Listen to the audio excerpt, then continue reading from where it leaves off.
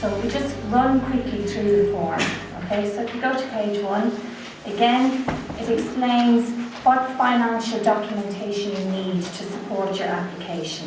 There, what the documentation will be. So if you're PAYE income family, it's P21, and it would also include social welfare information.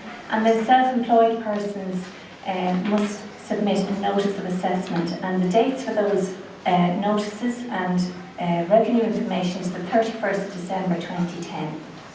Okay?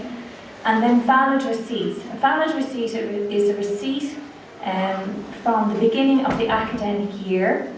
If it is a household receipt, it must be in page just your personal information.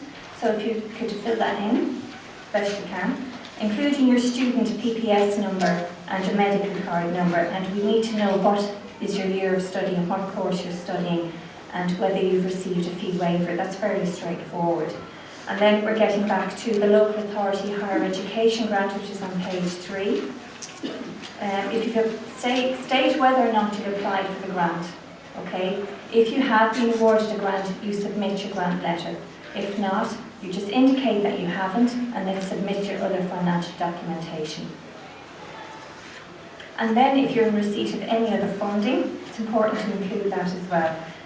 And I mentioned earlier that the childcare. If you've already applied to the childcare fund within the university, you must also indicate that there, and the student aid fund and the amounts that you've received to date. Now, this is a big question here. Are you of independent means? Now, if you claim that you are of independent means, we need legal proof that you are of independent means, and that might mean an affidavit or some letter from a solicitor or something confirming that you're of independent means.